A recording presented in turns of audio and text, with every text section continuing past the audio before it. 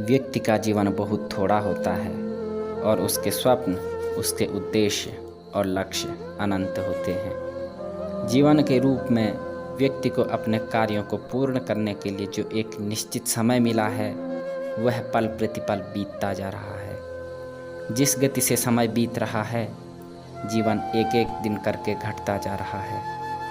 उस गति से व्यक्ति के स्वप्न साकार नहीं हो पा रहे हैं। इस तथ्य को प्रत्येक व्यक्ति जानता भी है। अतः वह अपने कार्यों को समय रहते पूर्ण करने के लिए शीघ्रता करता है कि कहीं ऐसा न हो जाए कि जीवन रूपी दिन की शाम हो जाए और उसके कार्य अधूरे रह जाएं।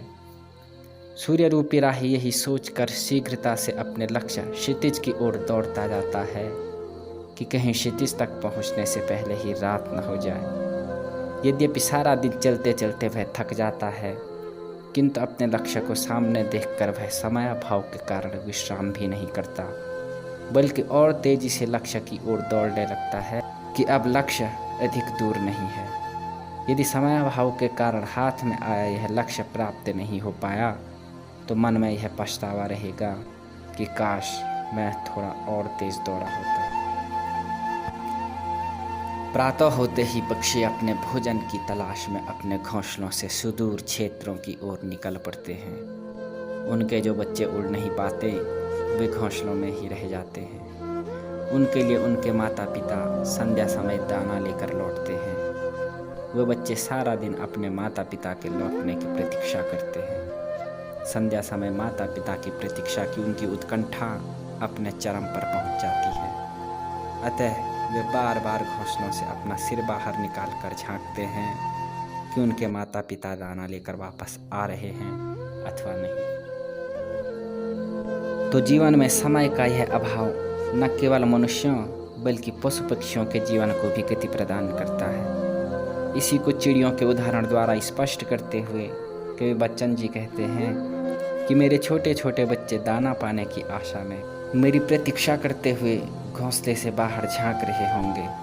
यह बात ध्यान में आते ही अपने घोंसले की ओर लौटती चिड़ियों के पंखों की चंचलता अर्थात उड़ने की गति अनायास ही बढ़ जाती है कि घोंसले में लौटने से पहले ही रात न हो जाए। जीवन की इसी भागम भाग में एक एक दिन बड़ी शीघ्रता से बस यूं ही बीत जाता है।